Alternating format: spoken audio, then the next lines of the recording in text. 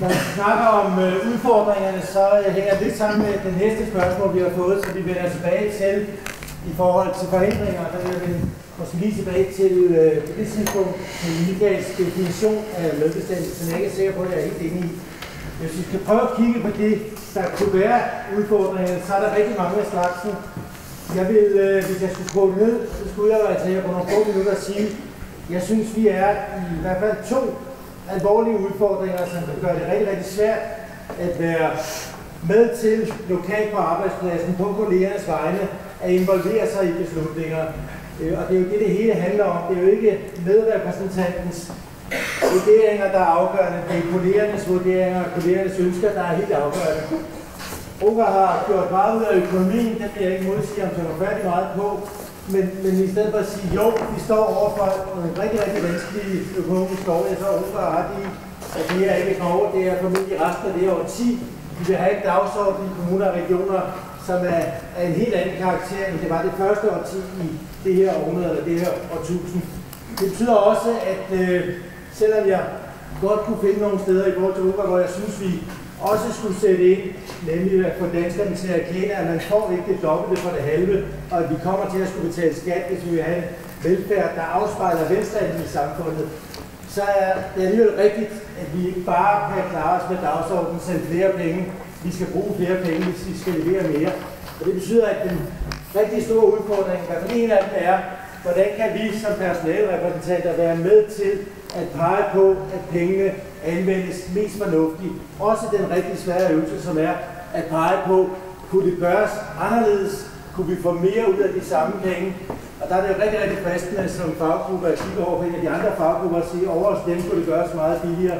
Men den rigtig store udfordring, det er jo også at kunne sige, den måde vi organiserer arbejdet på, den måde vi tilrettelægger tingene på, kunne det gøres anderledes, så vi fik brugt pengene på en mere fornuftig måde. Det betyder i virkeligheden, at vi skal tænke i effektivitet, vi skal tænke i, hvordan kan vi som medarbejdere være med til det, som må være en opgave for os, nemlig at skatteborgerne, som jo er vores sponsorer, at de får mest mulig kvalitet og flest mulige ydelser ud af det, som vi får stillet til rådighed. Til gengæld forudsætter det også, at der er en sådan troværdighed omkring de penge, vi får, at hvis vi er med til at få lagt arbejdet op, så vi kan producere noget mere, at så beholder vi også de penge. Det var sådan lige et sideskud til Michael. Vi skal jo selvfølgelig have sikkerhed for, at hvis vi kaster os ind i den her rigtig, rigtig svære øvelse, at det så er penge, der rent faktisk er til stede.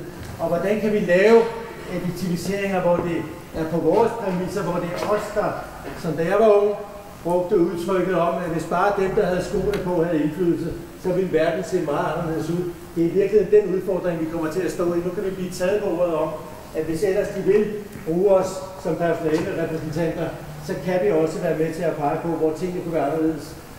Det bringer os til gengæld den dobbeltklemme, at vores kolleger vil have en forventning om, at vi ikke bare lyder som ledelsen, at vi ikke bare er et ekko af den lokale ledelse, eller den centrale ledelse, eller de politikere, man er ansat under, men at vi tværtimod er i en situation, hvor kollegerne har tillid til, at vi varetager deres interesser og gør det på en fornuftig måde, samtidig med, at vi også peger på, at arbejdet kunne gøres anderledes. Den der balance mellem ikke at blive ledelsens ekko, men stadigvæk være kollegernes ekko, samtidig med, at vi prøver at bruge pengene mest effektivt til gavn for de skatteborgere, der betaler, og ikke mindst for de brugere, vi har med at gøre. Det synes jeg virkelig er den der dobbeltklemme, som giver os den helt store udfordring i de kommende mange år.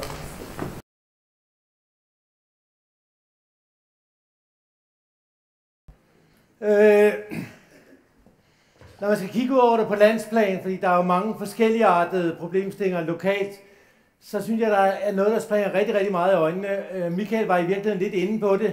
Det er forholdet mellem det, vi aftaler, og så der, hvor arbejdsgiveren har retten til at træffe beslutningen i kraft af ledelsesretten.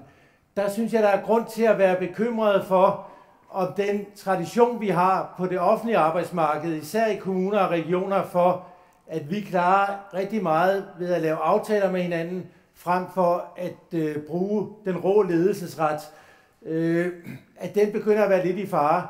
Nu mødtes KL's løn- og personaleudvalg forleden dag med K2's forhandlingsudvalg, hvor vi også havde lejlighed til at udveksle lidt synspunkter på det.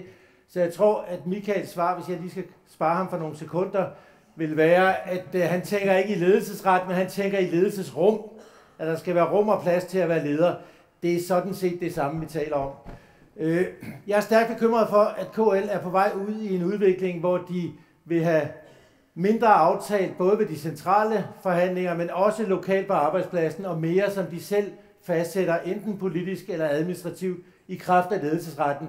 Regionerne har samme tankesæt, de gør det dog mere, fordi at de følger staten, også er bundet af staten i langt højere grad end kommunerne er, og staten, de sidder bare sådan beundrende og kigger på Dansk Arbejdsgiverforening og siger, sådan en vil vi også have. Og derfor får vi i virkeligheden en udvikling, og jeg er bange for at væk fra, at vi har fra vores tradition, om vi indgår aftaler. Michael brugte lige udtrykket, at det med kunne, det var at kvalificere ledelsens beslutninger. Der er simpelthen grundlæggende uenig. Jeg er også grundlæggende uenig i, at man ikke i et medudvalg skulle kunne diskutere ting, som ligger uden for lederens kompetence.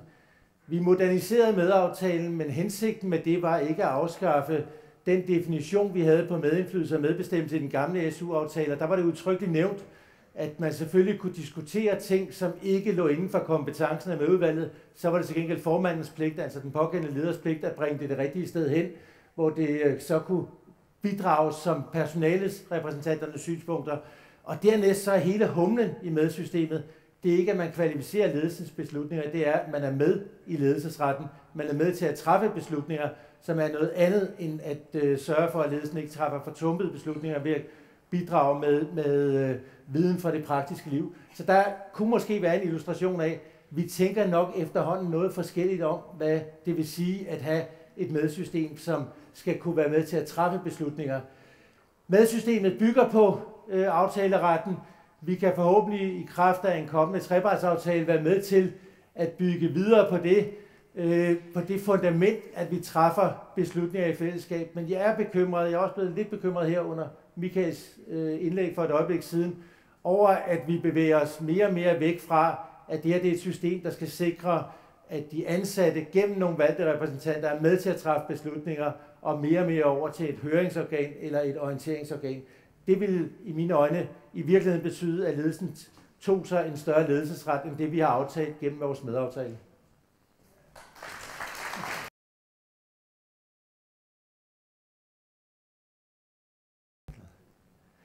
To begreber, hvis jeg skulle prøve at give råd: mod og dialog.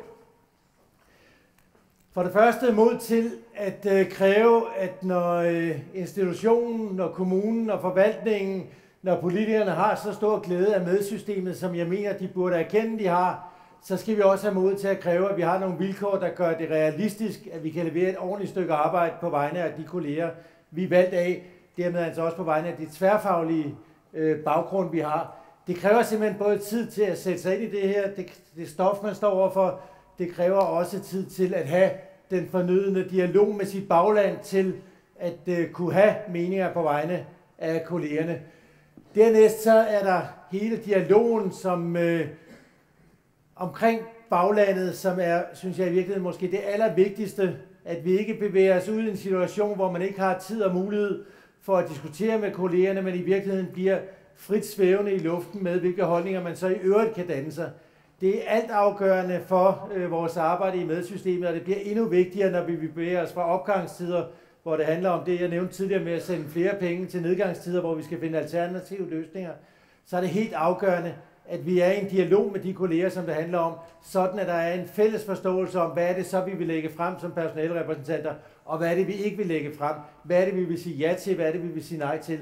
Og derfor er det helt afgørende, at vi præsenterer kommunerne for det krav at få den tid, der skal til som personalerepræsentant til rent faktisk at kunne levere et ordentligt stykke arbejde. I virkeligheden er det jo en opgave, der er lagt fra at blive forhandlet ved en central overenskomstforhandling ud til lokalt, og den tid, vi har brugt på det centrale niveau, skal selvfølgelig afspejle sig i, at der er tid til i det lokale niveau at bruge de kræfter på at sætte sig ind i sagerne og få sit bagland med sig. Også vende tilbage til sit bagland og sige, det her, det var altså det, vi kunne nå til. Hvad synes I om det? Dernæst så mod til at have den der besværlige dialog, som jeg annoncerede lidt i mit første svar. Den besværlige dialog om, har vi et alternativ til det forslag, vi her er blevet præsenteret for, eller kan vi tilslutte os det forslag, som ledelsen måtte have fremlagt. den der besværlige dialog om, kunne vi komme med eksempelvis en anden måde at tænke arbejdsorganisering på, som frigjorde nogle ressourcer, sådan at vi kunne nå nogle mål, som vi ellers ville have svært ved at nå. Den er rigtig, rigtig svær, og hvor jeg nævnte i mit første indlæg, at det jo selvfølgelig ikke kun handler om at kigge på naboens græs, det også handler om at kigge på eget græs, hvis det skal give mening.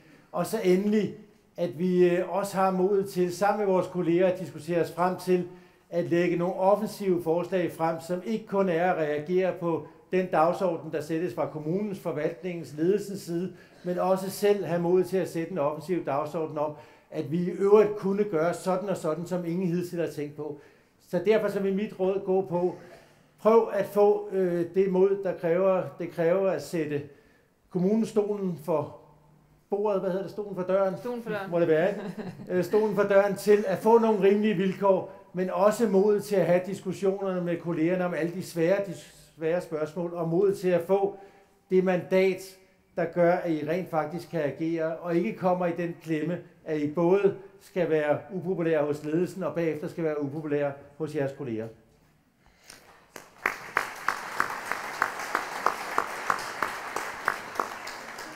Tak skal du have, Dennis Christensen. Så fik du